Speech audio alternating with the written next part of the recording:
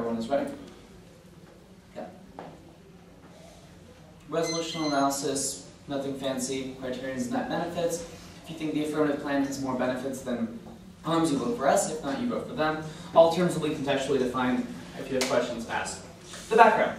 First argument is that invasive species from China have a tendency to flourish in the United States because the habitat here is very similar to the habitat back in China. The second argument is that the way those species get here and cause, ecological devastation is that ballast water for these Chinese ships are taken from the South China Sea, and the water there contains species like Chinese mitten crabs, which killed off the indigenous crabs of San Francisco, Asian date mussels, and water hyacinths, which have a tendency to clog up rivers. The next argument is that there's no effective way to control these species because the only way that biologists have found is by trying to introduce insects into the water. The problem is that the insects then start attacking the native species, not just the invaders. Additionally, the USDA argues that China is incapable of detecting which ships of its contain these species.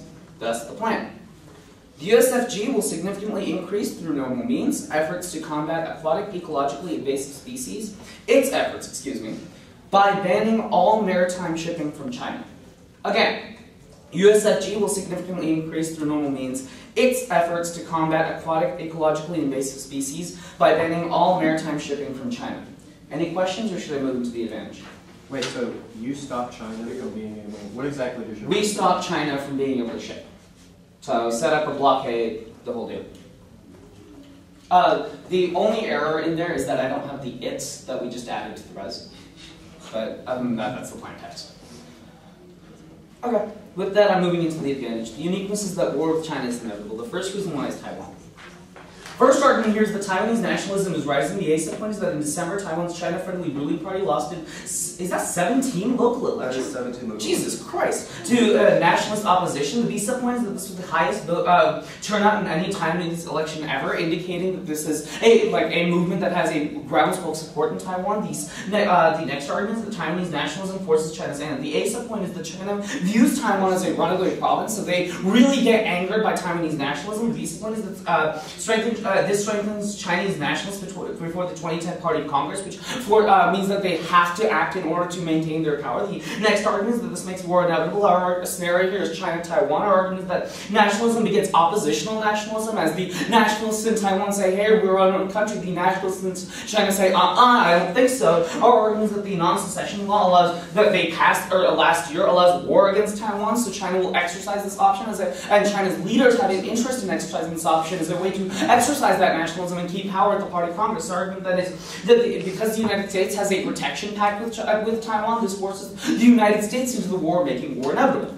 The next scenario is oil exploration. The first argument here is that the Middle East is running out of oil, right? Yep. Is running out of oil. We have passed peak oil capacity, and the amount of oil we're getting from most reserves in the Middle East is starting to decline. The second argument that China is aggressively increasing its oil exploration in Africa. The first argument here is infrastructure. They have been paying for infrastructure and security in Angola, Sudan, and Congo. These companies that in 2006, Sino-African trade is $55 billion, indicating they're putting a lot of money here. The next argument is that they've offered cheap loans, and the final argument is that a third of Chinese oil comes from Africa, and that percentage is growing. The next argument is that they are also strengthening relations with Venezuela and Brazil. They are propping up leftist regimes in the Western Hemisphere in an effort to ensure that they have strategic reserves of oil. The next argument is that this is constricting the United States' access to oil, because if they have exclusive agreements with Venezuela, then we can't have agreements with Venezuela. Our argument is that oil is key to the United States economy because it's key to gasoline, it's key to manufacturing, etc. Our argument is that this also makes war inevitable because the United States doesn't want its economy to collapse. Final scenario is trade wars. The first argument is that China and the United States are engaging in trade conflicts. There are 9 complaints lodged in the WTO right now. Our argument is that tariffs are being used in retaliatory ways in the status quo. For instance, the steel tariff and the tires tariffs were used in a retaliatory fashion. Our second argument is that this is an internal link to nationalism. The first argument here is that nationalism is being held back by business in the status quo. The pragmatic interests of those who are trying to make money in China. So if they stop making money, they stop checking nationalism. The next argument is that this is a nexus for them to unite against the United States, because the United States is seen as the opponent in these trade wars. The final argument is that the Chinese model means growth. What is this argument? Yeah, the Chinese model is that they continue. Oh, the Chinese model of growth is that they need growth. That's how they've been able to justify their risky lending strategies, etc., indicating that if any decrease in growth causes the Chinese economy collapse, they don't like that any more than the U.S. does, so they go. The B subpoints the plan makes war immediate. The first argument here is that it's an incredibly anti-Chinese move. They see this as blocking their rise, which will cause them to go to war. The next argument is that they rely on shipping. They make 90% of the containers in the world for shipping, and this is the growth rate of this is 35%, whereas their GDP growth as a whole is only 10%, indicating this is the fastest growing sector of the Chinese economy and absolutely critical to their future growth. The next argument that the Chinese Party Congress means that there's an increase in nationalism. You're cross-applying those arguments from the Taiwan scenario. Finally, war now is better than war later. The first reason why the war now is short, our argument that China doesn't have a blue water navy, so when we try to cut off the Straits of Malacca, which are the entry and exit points for all Chinese shipping, we can do that because they don't have any way to stop us without a blue water navy. Our argument is also that this forces also that China doesn't have the air power to combat our ships because they don't have the air fleet for it, or indicating that they have to concede in order to be in a better position post-war. The next argument is that a war later would be longer. The first reason why is the blue water navy that they're trying to acquire from Russia right now. The next argument is that they are trying to build an underground base for nuclear submarines. Our argument is that they will utilize this in any future strike, which means that they have an incentive to use nuclear weapons against the United States because the nuclear submarines can get them close enough to American soil for them to actually exercise this. Our argument is that the lengthening of the war means that millions of people die in the land war, but the second argument is that this increases the likelihood for a nuclear launch as the nuclear submarines come, which forces the United States to retaliate under the logic of mutually assured destruction, which means a lot of people die in a nuclear exchange. The final argument is space weapons. Our argument is that China's on the brink of it right now. They've developed satellite-to-satellite weapons, and they shot down an old satellite last year. The next argument is that they've dazzled the United States satellite with a laser in the status quo. The B subpoint is that the next step for them is a satellite-to-land-based weapon. The C subpoint is that why this is bad. The first argument is we have no defense against it. The second argument is that it ends U.S. GPS because they can just shoot down our GPS satellites, which means that the U.S. has to attack.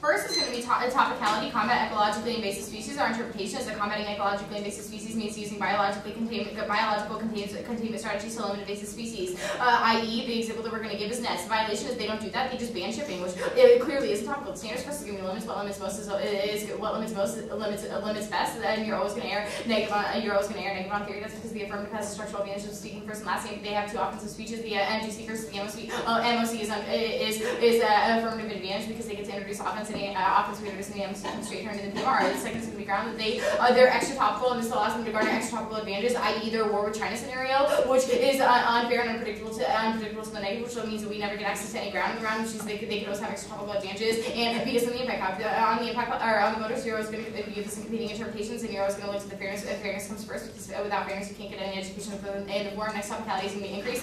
Our interpretations to increases to make greater pre-existing plan. The violations, you don't make a greater pre-existing plan. You create an entirely new plan. Standards first is going to be ground. This is critical to our ground and specifically our predictable ground, because resolution is the opposite of predictability. So predictable ground is going to be what we're seeking, what we're striving for the most here. The second is going to be extra topicality. You can classify from the other topicality shell about how extra topical advantage means that I would never be able to win because you could always be using the anti-cap. The three is going to be predictability. Classify above how resolution is the opposite of predictability. And you can classify the arrows are going to err negative on theory because the affirmative speaks first and last in the MG offense. And voters is going to be a priori because this is a question of methodology, competing interpretations, fairness, and education. The first counterplan. The text. Question? Now this time. The President of the United States, Barack Obama, will covertly authorize the Department of Defense to engage in surgical strikes on all strategic targets in the People's Republic of China. Once again, the President of the United States, Barack Obama, will covertly authorize the Department of Defense to engage in surgical strikes on all strategic targets in the People's Republic of China. Our competition is going to be through net benefits, that we avoid the disad, and the second is going to be that we solve 100% of the case, which is absolutely no solvency deficit because we spark a war with China and are able to conquer the entirety of your war scenarios. The next counterplan. Question. No. Text. The Department of Interior should Okay, the Department of Interior should ban all maritime shipping from China. Once again, the Department of Interior should ban all maritime shipping from China. Actually, fuck that. Don't read this kind of plan, just go to politics. Okay, Scratch that. scratch the plan. We'll go to politics. Your question real quick? Status and text, please. The counter plan is unconditional. Okay, and can I get a text of it? Well, I read it one more time. Can I get a written copy, please? Yeah, we'll find it eventually. All Okay, right, politics. copy. Step 1 is the uniqueness of HR 578, the Iraqi Refugee and Internally Displaced Persons Humanitarian Assistance for Settlement and Security Act of 2009 will pass in status quo. The little one here is that Hastings introduced HR 578 in January and moved to the subcommittee and is at the vote now. The 2 is that the bill has support of progressive Democrats. The little A here is that McGovern and Lee, who are the leaders of the progressive parties, are co-sponsors. The B's of progressives highlight that humanitarian assistance is a critical issue and one that are getting to a vote. The C's of the progressives have coalesced other Democrats like said this in the past, i.e. on the healthcare initiatives. The 3 is going to be the Blue Dog Democrats are on board because humanitarian assistance is viewed as a cheaper alternative to military intervention. The 4 is going to be the Clinton is introducing accompanying legislation, and her political capital has been critical to the international support of the bill. The B is going to be plan to derail HR 578. The first is going to be that winners lose. The little A is that it's a win for the Democrats because they're calling for environmental action, and the B is going to be that in a world where the agenda of victories are perceived as inevitable, Republican obstructionism makes winners lose. Politics is zero sum, so there must be a loss and when there's a gain. The 2 is going to be this alienates the blue dogs specifically. The little A here is going to be increases regulations, which is perceived as bad for the economy. The 2 is going to be that it literally cuts off all trade routes to China, which is the biggest contributor to our GDP and our trade our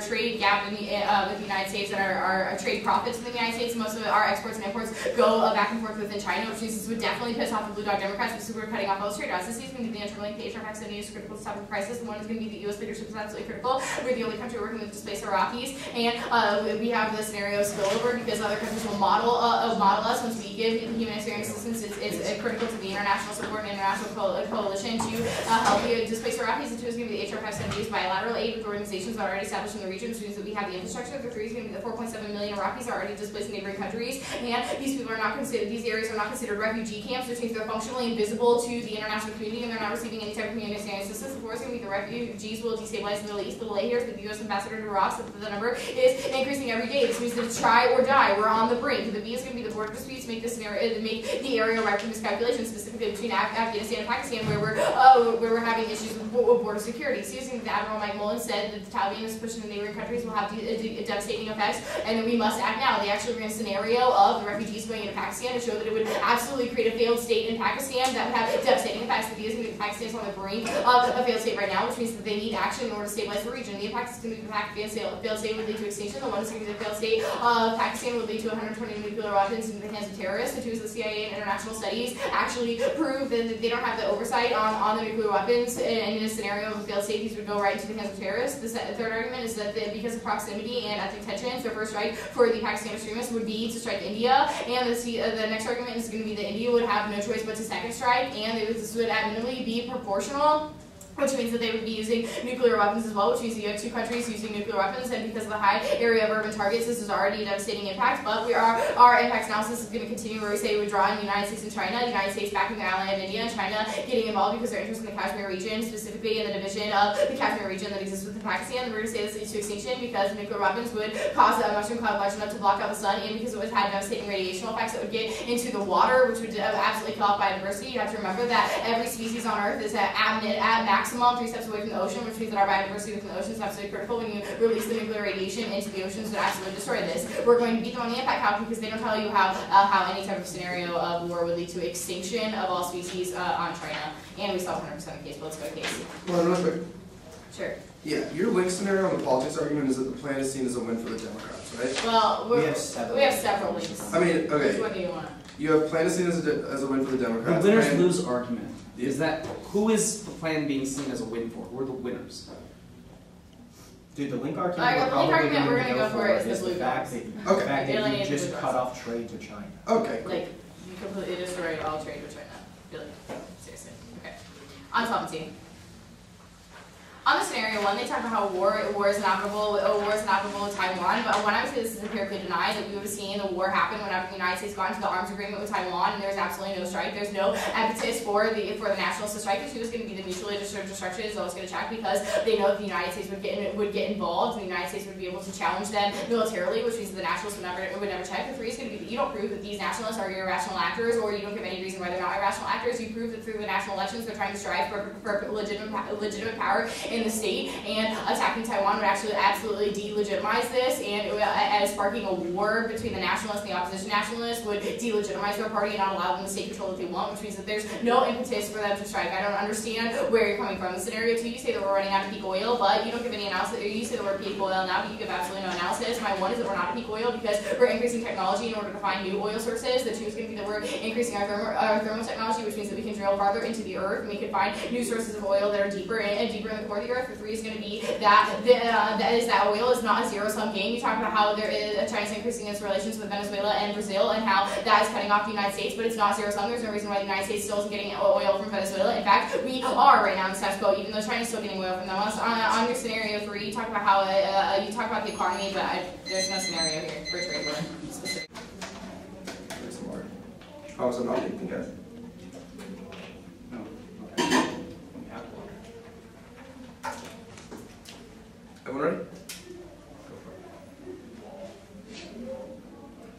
First, the counter-interpretation. Our interpretation of the word efforts in the resolution is that it is a principle to an end. Our argument is that we meet our interpretation because we are a principled stand against these ecologically increased species. The number 1 counter-standard is grammar one. We're the only ones to explain why that counter-interpretation interacts with theirs. That counter-interpretation interrupts their interpretation because their interpretation is that we need to use a biologically controlled agent. Our argument is that the word efforts in the resolution allows us to have any principled stand in order to reach an end of controlling, which means as long as they're conceding the solvency on the case that we end up controlling them, all we need to do is have a principled stand, which is our interpretation of the word efforts in the resolution. Is that cool? Yeah. Next is the counter-standard of grammar. Our little 1 under this is that the interpretation ignores the words efforts in the resolution. Our argument is that grammar is all they have in prep is a resolution in a vacuum, which indicates that grammar is the internal linkage of predictability. This is going to turn their standards on limits because we're making arguments as to why predictable ground, or caused by the arguments as to why predictable ground is the only important ground, which indicates that we are solving back through all their offense on limits proper. First, they say that the most limiting is best. This is a ludicrous interpretation. This would literally mean that there could be no topical affirmative plan. That would be the best interpretation. That's a reason to reject limits outright. They say airbag on theory, but first, this just isn't true. They say we get first and last speech, but we can't leverage offense in the PMR because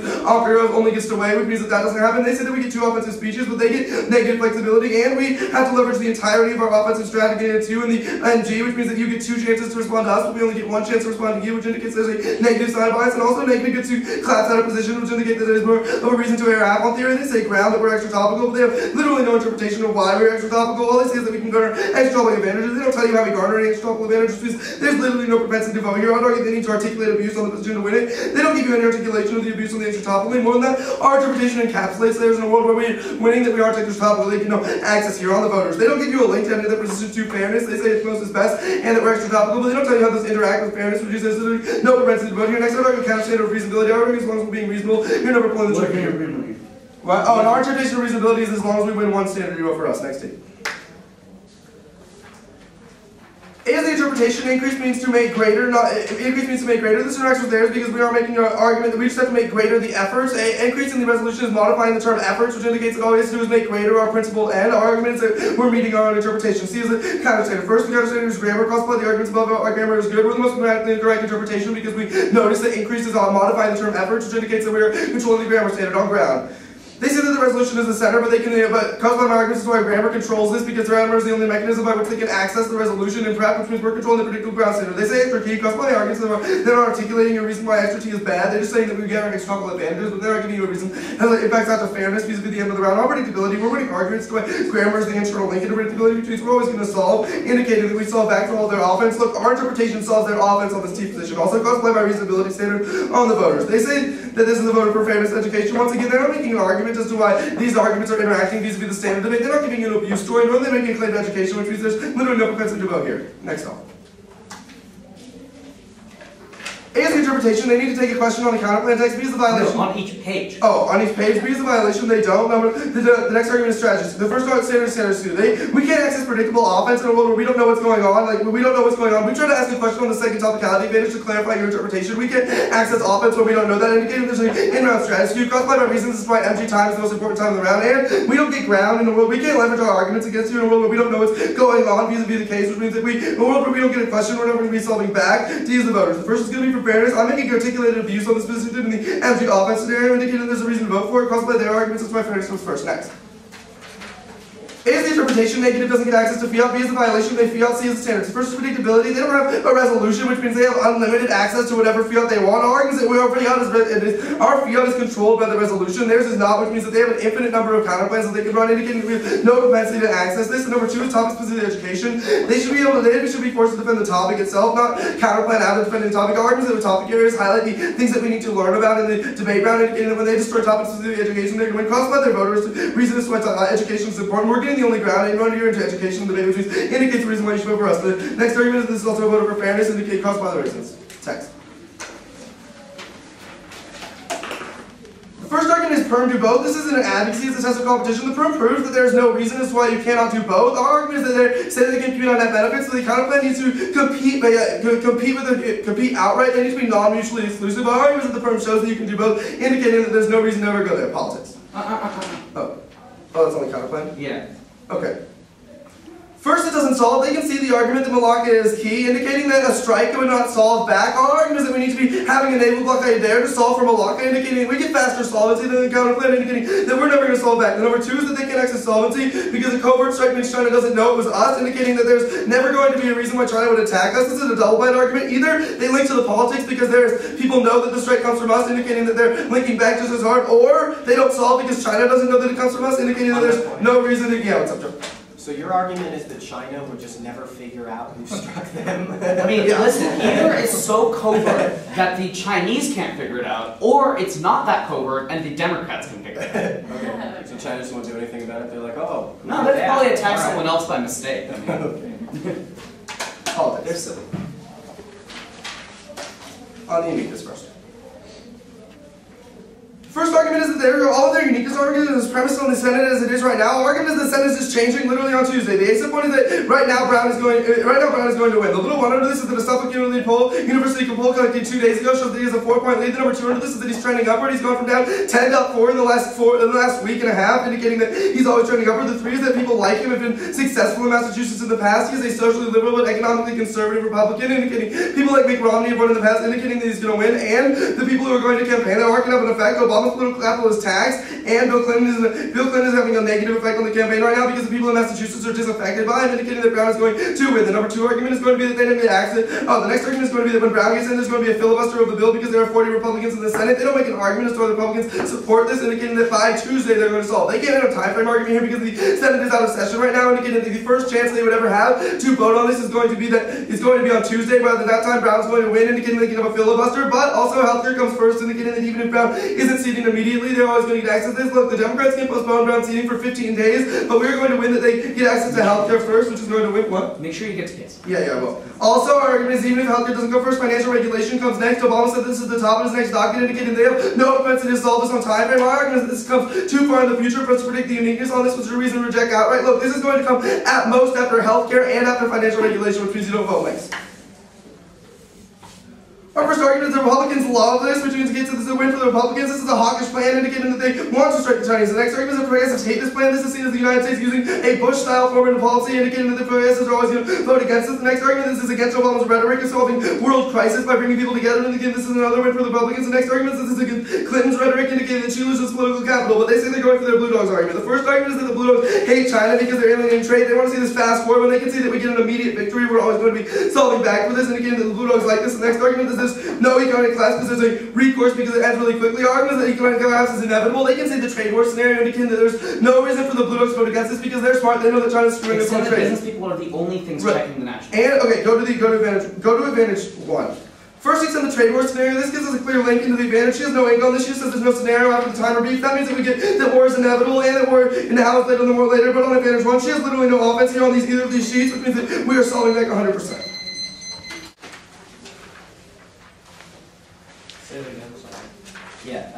question on each page, no negative fiat, and then topicality, combat ecologically invasive species.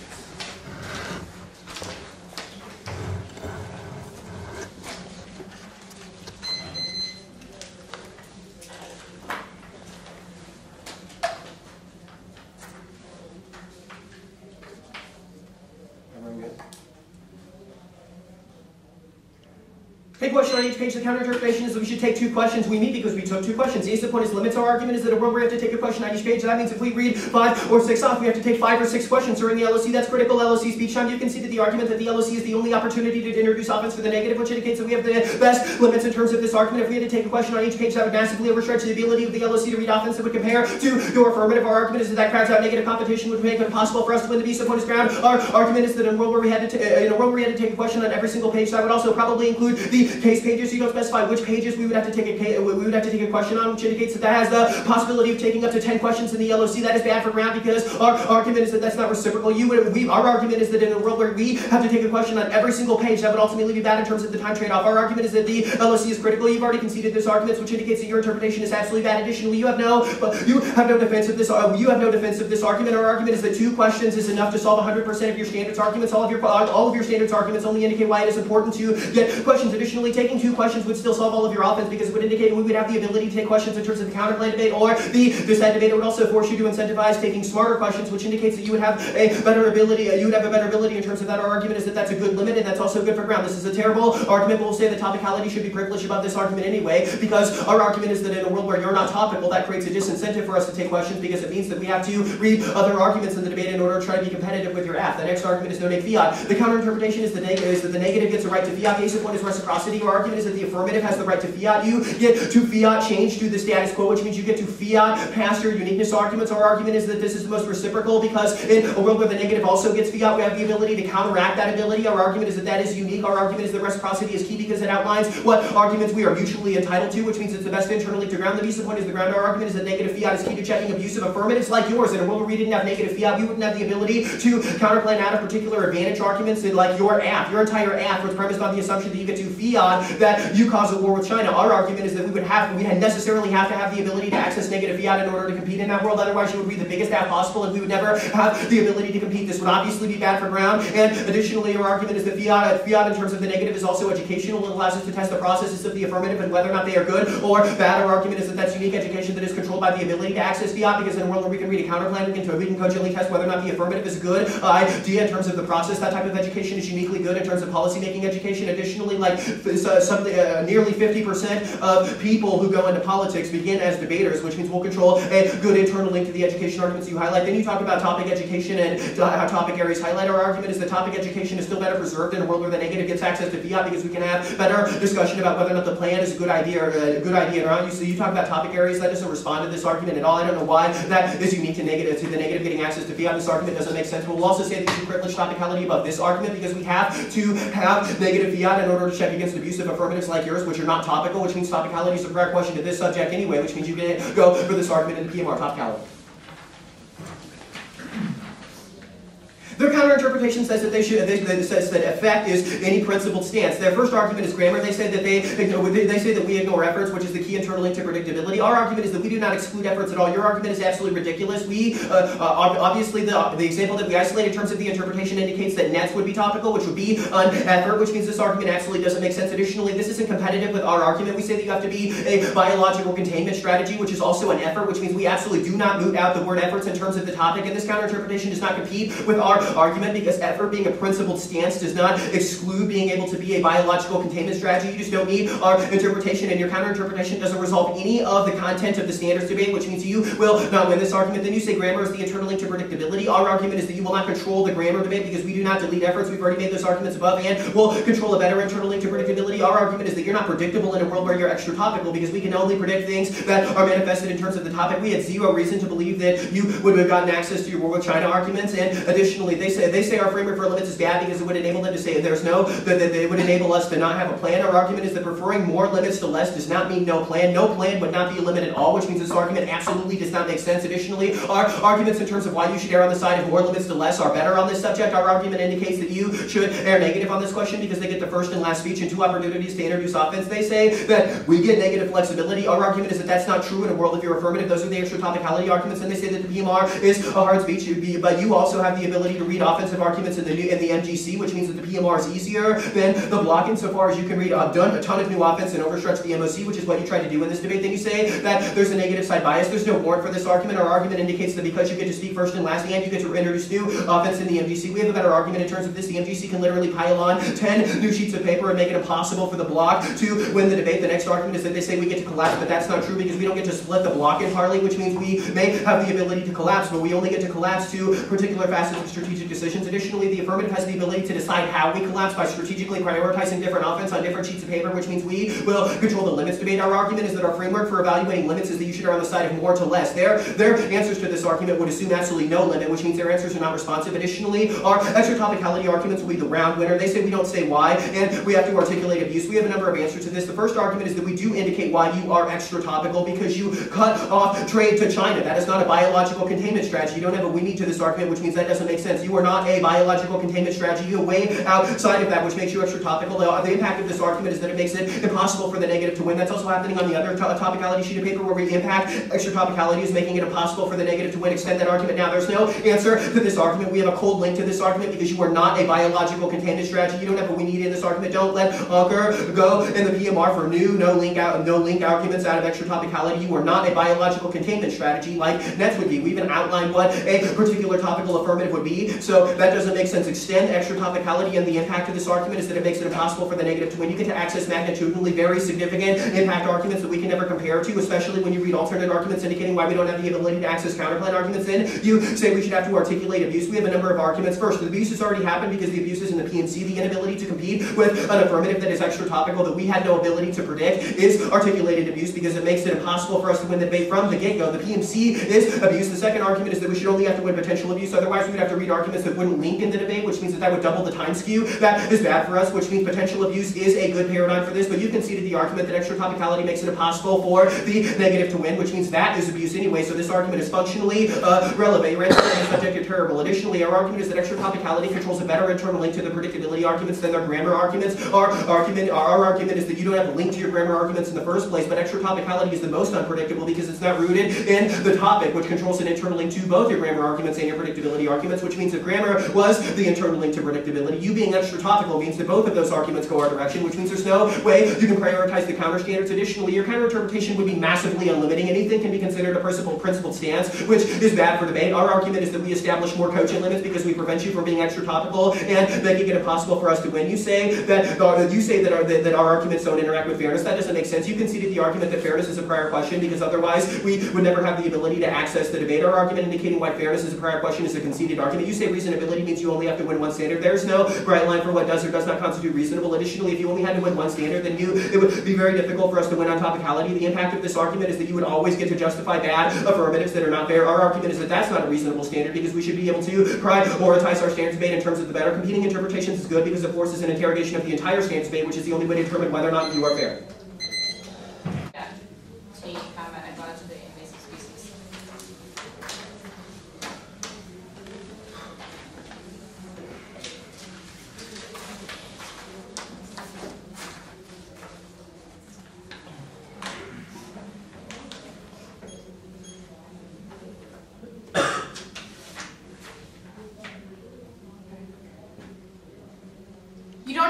You got to take the question or the neg fiat page. You're always going to look to topicality first because we tell you that's a prerequisite because of the fairness arguments. The topicality is always a prerequisite because this is the reason that we have to do things like use negative fiat and not take a question for clarification. Like they're forcing us into these positions that they claim are abusive. But you must take a question. You can send the counter interpretation that you must take two questions. We're always going to beat them on the standards debate specifically for limits. Our limits arguments that we say what limits most limits best gets us the best internally, not only into ground but also into their fairness arguments, which is going to be the biggest impact that they isolate on this. We're telling you that only through the most limiting interpretation are is the negative able to get offense within this round and actually able to compete. Their interpretation would literally crowd out the negative and make it to where we would never be able to read offensive arguments within our LOC because we would have to take so many questions that we would never be able to get to the offense. The other argument that I want here is that it's absolutely not reciprocal, which is a critical internal link to fairness. The reciprocity is going to be the tiebreaker.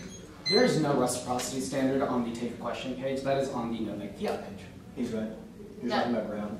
No, I literally wrote where you said not reciprocal and the LOC is critical on the ground clarification. Okay. I'm sure it's under consideration, but I know just for take sure them out we of have the reciprocity argument. I don't know about that. You can flow your speech. That's true. I think it's take under consideration. Okay. Cool. Okay. So you can say that's absolutely not reciprocal, which is going to be the biggest internal link to fairness. But the other argument that I want here is that topicality comes first, because in a world where you're not topical, it forces us to read multiple offensive arguments within the LOC, and it forces us to make more strategic decisions in the LOC, and your interpretation would crowd out our ability to garner the offense in the LOC. So you're always going to be looking to topicality first. But on the negative fiat. Extend our interpretation, then the negative does get fiat. The first reason here that I want you to circle star highlight is the reciprocity argument. Again, this is going to be a critical internal link into fairness. But the second thing I want here is on the education arguments. The only thing they isolate is topic-specific education. That's probably what they're going to go for if they go for this page. But we have a few responses that are awesome. First is that we don't crowd out topic-specific education. Rather, we create more in-depth topic-specific education. You're always going to preference the depth over the breadth. The second is that we're good for real-world education, and we give you policymaker analysis, which means that we're winning 2 scenarios of education. And the three is that, again, fairness is always going to come first, because without fairness, you can never get access to any of the education, which means that you're always going to be buying the reciprocal arguments, which is going to co-opt any risk that they win that they're more educational. And because of the fairness arguments, you're always going to be looking to topicality for. It's key to checking abusive apps. Yeah, and it's key to checking abusive apps that are extra topical, as we're going to prove on topicality. We're always going to look to topicality first. On topicality.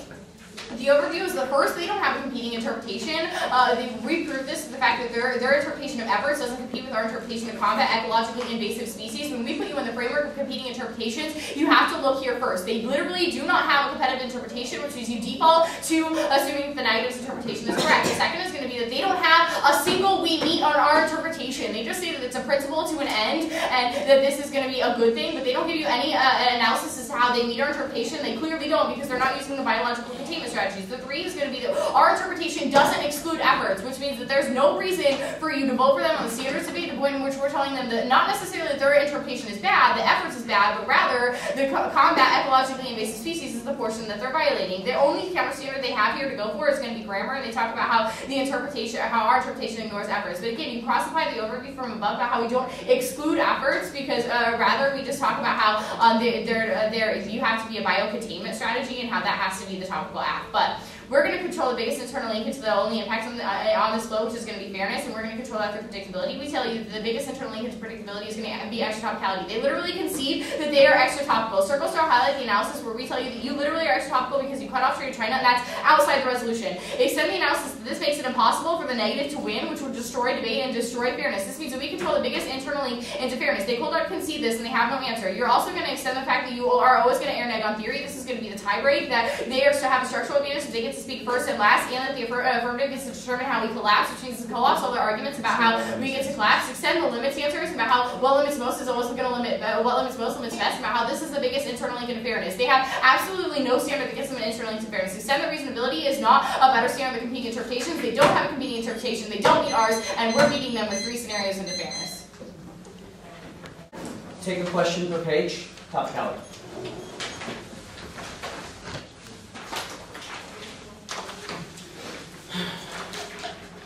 Everyone good?